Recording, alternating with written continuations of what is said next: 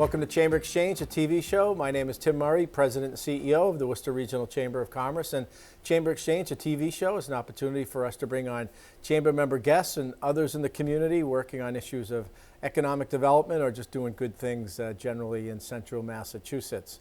And just want to thank our sponsors who helped make the show happen. That's St. Vincent Hospital and Bank Hometown.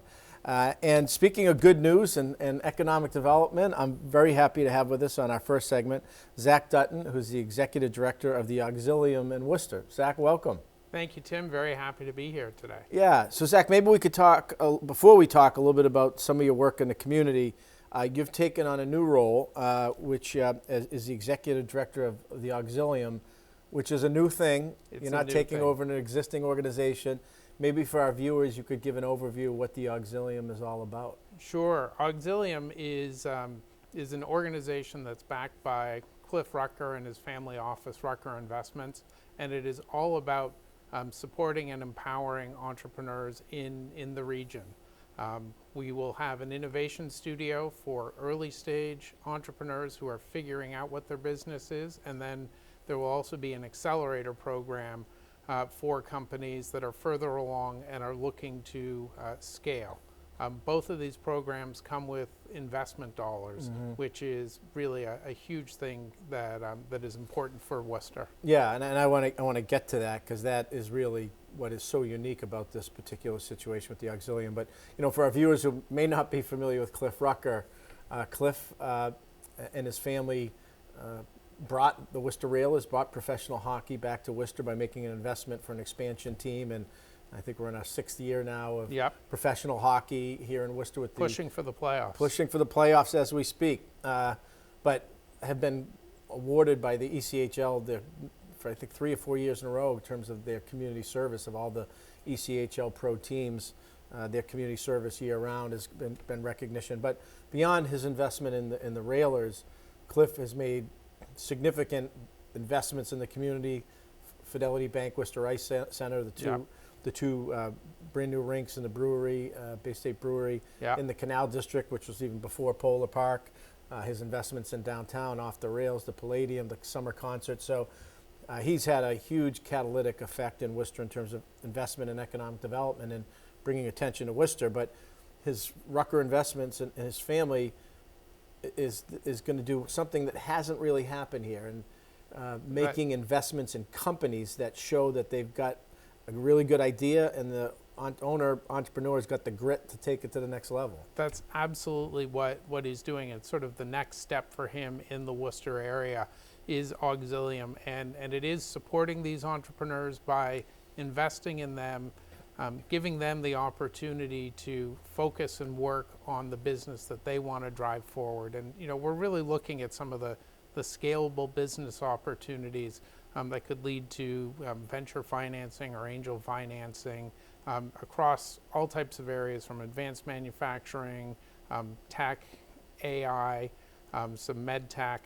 So it's a wide area that Auxilium is looking at. And prior to you coming to the Auxilium, you were kind of working in the space. You know, in Worcester, the WBDC did a great job with the old Telegram building, a number of different tenants, including Clark's Small Business Development Center, the Idea Lab, the Chamber Startup Worcester programming, working with Work Lab over at the Printers Building. We've got a fair amount of spaces and programs for entrepreneurs to kind of help them start and get running. But what's really kind of been missing, with the exception of mass biomedical initiatives and the life sciences and biotech, is that seed money, that investment money to help really flesh out whether the idea or the entrepreneur's got the capacity to take it to that next level. I mean, Tim, that's exactly the truth. I was running the venture forum for 3 years, and it was really hard to find local financing for some of the startups that were here that really deserved it. And what ends up happening is they go elsewhere to seek it. Which is oftentimes in the greater Boston area. Yeah, they get drawn to the big city. But we're offering them the opportunity. So startups coming out of some of the colleges, whether it's WPI or Holy Cross or Nichols, and also for people who get into entrepreneurship at that mid stage of their life, who have identified a problem in the industry they're working at. this is an opportunity for them to be able to really explore their opportunity. Right. Now, you're not going to be sitting at the Auxilium with a checkbook just to anybody that walks in and writing them a $100,000 or $250,000 check. And these are, you know, there's going to have to be a business plan vetting. There's going to have to, maybe you could walk through what the expectations are. Sure. So, I mean, it's an application process. So we're going to be inviting companies in. The Innovation Studio is the early program, and we will vet the ideas, vet the entrepreneurs, and understand what they want to do. We're asking them to commit to working out of our space at 311 Main Street, right above you, above the chamber, right yeah, above the chamber. And so we want them to come in and work. And for that program, it's milestone-based funding. So they are figuring out if they have a venture, making sure that they want to commit to it.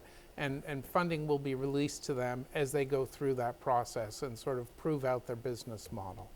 At the Accelerator program, we have an application process. We're actually going to be starting our first cohort later in June.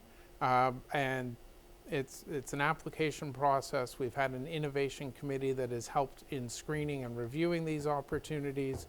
We're looking for companies that are a little bit further along, really getting ready to grow and scale their business. And we're going to go from, I think, 49 or 50 applications that we had. We're going to meet and interview 10, and from that process, we'll select the 5 that'll go through the program. Right. So, and Rucker Investments is making an investment, Yep. with that, getting a piece or ownership Yep. of the company. Yep. And No, it's an equity investment. That's right. being made. And as you said from your time at Venture Forum, that is really what's been lacking. I mean, we have been able to see venture capital, money, investments come into the life Sure. sciences and biotech, but in some of these other sectors, it just seems like it kind of stays within the 128, 495 corridor. So what Cliff Rucker and the Rucker Investments and the Rucker family is doing here is a milestone. It's huge. I don't think it can be stated enough how important this is. This is something that has been missing in the entrepreneurial ecosystem here. And yes, you can get funding from Boston or you can go to New York and all these places. But they want you to be there. A lot of times they want you to be there. And, the nice thing about having it here is they get to interact with the community, and it gives entrepreneurs from here a place to go. Right. So we mentioned 311 Main Street. The work is going on as we speak. I'm sure you But Startup Worcester is coming. Startup Worcester Week is coming, and there's some series of programs. The Chamber is happy to be part of that, working with the Auxilium. Maybe you could just talk in a couple minutes we have left what's coming up. Sure. So Startup Week Worcester is the first time we're doing this in Worcester, and we're really using this, the first one, as an opportunity with an innovation crawl next Tuesday to showcase some of the... Breaking news is sold out. It is sold out. Breaking. Yep. We just got that before we went on tape here. I just heard this morning as well, which is great. But it's going to visit some of the established innovative companies in the region and some of the centers of innovation. So Polar, Multiscale Systems, Cogmetics, one of the Coughlin companies, MBI, WPI, and I'm missing one of the locations that we're going. Well, but that's anyhow, on April 8th, and then Yep. there's workshops on the 9th and 10th. Again, those workshops, just in a minute we got left, they're going to do what? So they're really there to, they're networking opportunities, but also educational opportunities, not just for entrepreneurs, but for interested business people. So there's one on AI, there's one on, legal basics for startups, leadership training, because so many of these entrepreneurs need to understand how to sort of become more of a leader. So those are the types of programs that we have. One on funding your business, crafting your story and branding. Those are the types of workshops that we have going on, and they're spread around the city. These days, you've got your hands full in life. That's why we help you bank simply and securely with tools like Face ID and Touch ID. It's why we make it easy to make purchases on the go and get cash back while you're at it. Why we help you quickly deposit checks wherever you are. And it's why we lend a hand with sending and receiving money right from your phone. So even when you're on the move, you can manage your finances. Bank Hometown. Unlock your potential.